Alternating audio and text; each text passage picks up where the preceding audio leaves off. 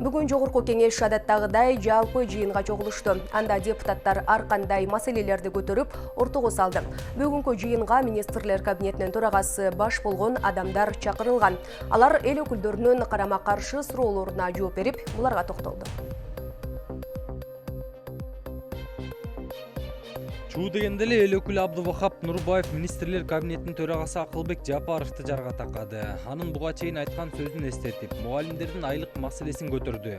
Анда ал мугалим жигиттерге турмушка чыгам деген кыздар карадал болуп кетпесин деген какшык сөзү менен суроону мындайча узатты. Өткөндө айтпадыңызбы, мугалимдердин айлыгын көбөйтөбүз депчи, анан ушу мугалимдерге мен мугалимге турмушка чыгам деген кыздарды кызыктырабыз деп. Ошо карадал болуп кетпеш үчүн ушуну быйылкы жылы 1-2 эсе көбөйткөн мүмкүнчүлүк барбы? 2022 жылы. Абдывахап Мамадович, сиз билесиз, мен Финляндиянын мисалын келтирдим да. Финляндияда жыл сайын опростор болуп жатат.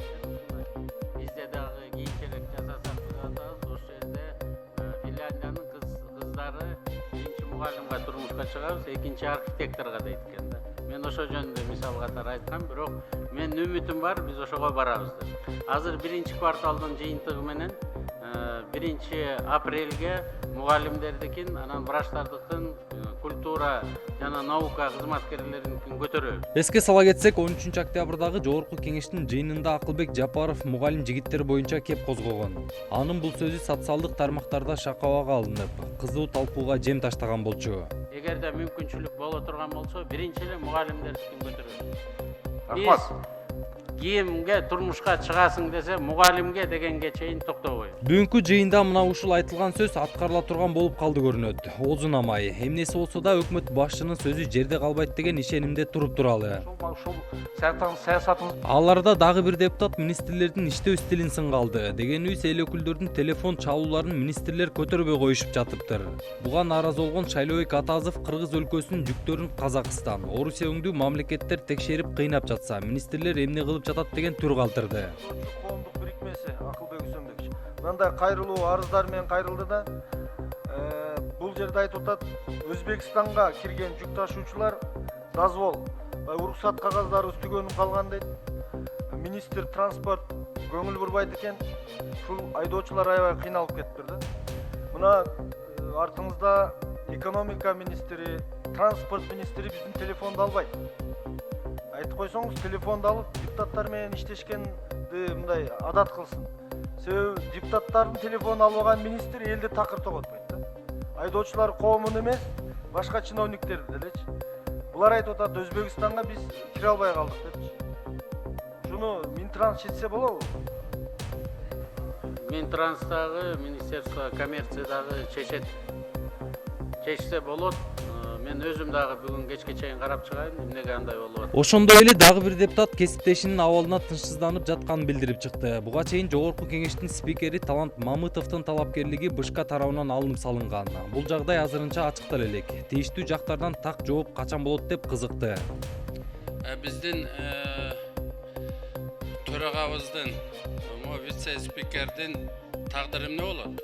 Эмненин негизинде алынды келип БШКнын төрагасы келип бизге бир информация берип койсун, түшүндүрүп. Төрага боюнча азыр юридикалык жактары такталып жатат. Бүгүн эртең так жол болот.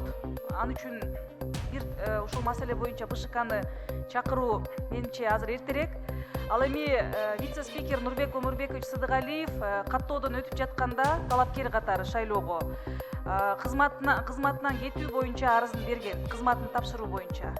Анын кызматы азыр бош. Шайлоо демекчи, жыйында шайлоонун шайтан оюндары азыр эле башталганы да кабарланды. Ошто админ ресурска жол берилип, мамлекеттик чоң кызматкерлер кайсы бир талапкерлердин таламын талашып жатканы айтылды. Бул жагынан алганда президенттин саясатына каршы иштер жүрүп жаткандыгы белгиленди. Алдыбыздагы 6 айдан бери келип аткан депутаттар бар. Ошолордун азыр региондордо жүрөт.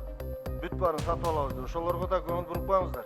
Сатып алгандар дагы, сатылгандар дагы жазаланат деген президенттин принципиалдуу позициясы бар. Биз ошону так аткарабыз. Бүгүн Лейлектин акими жумуштан четтетилди, шайлоо бүткөнгө чейин. Исфана мэрине катуу сөгүш жарыяланды.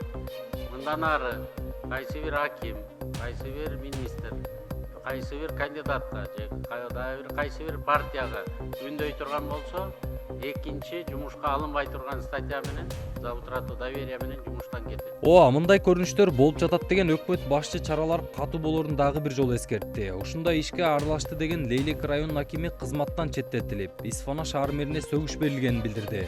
Айта кетсек, Кыргызстанда 28 ноябрда аралаш система менен парламенттик шайлоо өтөт. Жаңы шайлоо мыйзамына ылайык парламентте 90 депутат болуп, алардын 54-ü партиялык тизме менен, 36-сы бир мандаттуу округтан келет.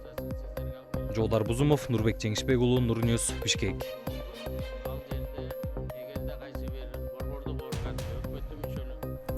Эртең партиялардын документтерин текшерүүнүн жана талапкерлерди каттоонун акыркы күнү. Алдыда үгүт иштери башталат. Быйылкы жогорку кеңеште шайлоону таза өткөрүүгө аракет кылып жаткан бийлик алгачкы аракеттерин ачыктап жаткан өңдү. Анткени Лейлек районунун акими шайлоого аралашкандыгы үчүн жумуштан четтетилгени маалым болду. Теманы кабарчыбыз улантат. Өткөн жыл болуп өткөн жогорку кеңешке шайлоо болуп көрбөгөндө мыйзам бузуулар менен коштолгон. Анын кесепети элдик толкундоого жеткирип, бийлик алмашканы маалым. Эми өлкө башчы өткөн тарыхты эске алып, бул жолку шайлоону дүйнө эли таң кала тургандай кылып өткөрөлү деген тапшырмаларын берүүдө. Президенттин мындай убадасына калктын калың катмары үмүт менен карап турат. Шайлоого коюлуп жаткан талаптар чындыгында өтө катаа болуп атат. Мен ойлойм, бул шайлоо чындыгында таза өтөт деп. Президентибиз эл шайлаган. Анан кийин биз дагычы бул неменин ушу президентибиздин сөзү туура деп түшүнөбүз биз. Президентибиз жакшы иштеп атат. Эл үчүн кам көргөн, менимче жакшы эле болот. Эми айтканына караганда өтөт го деп ойлойм. Эгер өтүп кетчү болсо, элдин ишенимин актайт деп ойлойм. Администрация колдонбойт деп атат. Таза өтөт деп атат, дүйнөгө көрсөтөбүз деп атат. Ошого ишенип турам. Шайлоону таза өткөрүүгө бел алып жаткан бийлик алгачкы кадамдарын ачыктап баштады. Шайлоого аралашкан атка минерлер аныкталса, жазасыз калбайт деген убадалар далилдене турган түр көрсөтүлүп жатат. Айтайын дегенибиз, бүгүн министрлер кабинетинин төрагасы Акылбек Жапаров, Баткен облусунун Лейлек районунун акими Алмазбек Рахманкулов кызматынан четтетилгенин билдирди. Анын айтымында Исфана шаарынын мэрине катуу сөгүш берилди. Жапаров шайлоодо кайсыл бир талапкерге же партияны үгүттөгөн атка минерлерге катуу чара көрүлөрүн эскертти. Добуш сатып алгандарды, саткандарды катуу жазаланат деген президенттин принципи бар. Биз аны аткарабыз. Бүгүн Лейлек районунун акими шайлоо бүткөнгө чейин жумуштан четтетилди. Исфананын мэрине катуу сөгүш жарыяланды. Мындан ары кайсы бир аким же министр кайсы бир партияга же талапкерге үндөй турган болсо, ишеничтен кетти деген негизде экинчи жумушка алынбай турган берене менен кетиребиз. Ал эми депутаттар боюнча мен комментарий бере албайм. Алар да биздин пикирге кошулат деп эсептейм. Өткөн жылкы парламенттик шайлоодо өлкөнүн экинчи борбор калаасы Ош шаарында административдик ресурстун болуп көрбөгөндөй одону бузулганы айтылган. Буга байланыштуу кала башчысы Алмаз Мамбетов шайлоо алдында муниципалдык башкармалыгынын башчыларын ротациялоо жолун карап чыгуу тапшырмасын берген экен. Учурда эки аймактын башчылары ротацияланганы маалым болду. Бүгүнкү күндө эки аймактык башкармалык биз кызмат ордуларын алмаштырдык. Бул Туран аймактык башкармалыгы Курманжан Даткага келди. Ал эми Курманжан Датканын башчысы Туранга которулду. Биз мыйзамдарды да карап чыктык ротациялоо тартиби боюнча. Башка аймактык башкармалыктарды карасак, көпчүлүгү дээрлик жаңы дайындалган жетекчилер. Алар бир жылдан ашык иштемейинче ротациялоо тартибине жатпайт экен да. Ошон үчүн бүгүнкү күндө эле эки мап боюнча чечим кабыл алынды. Белгилүү болгондой, бул убага чейин кыргыз баалуулуктарын коргоо кыймылы Ыйман-Уруп партиясын, Ата журт Кыргызстан партиясын тизмеси менен шайлоого катышып жаткан Турсунбай Бакир уулун, Мекенчил партиясынын тизмесиндеги Шүкүрбек Эркинбаевди жана Азаттык партиясынын тизмесиндеги Мыктыбек Арстанбек менен Руслан Бекназаровду 28 ноябрда боло турган парламенттик шайлоодон четтетүүнү өтүнүп борбордук шайлоо комиссиясына арыз түшкөн. Бул жагдай боюнча да БШК өкүлдөрүнүн маалыматта тактап көрдүк. Ыкчам чара көрүү группасы. Ошол группада азыр каралып атат.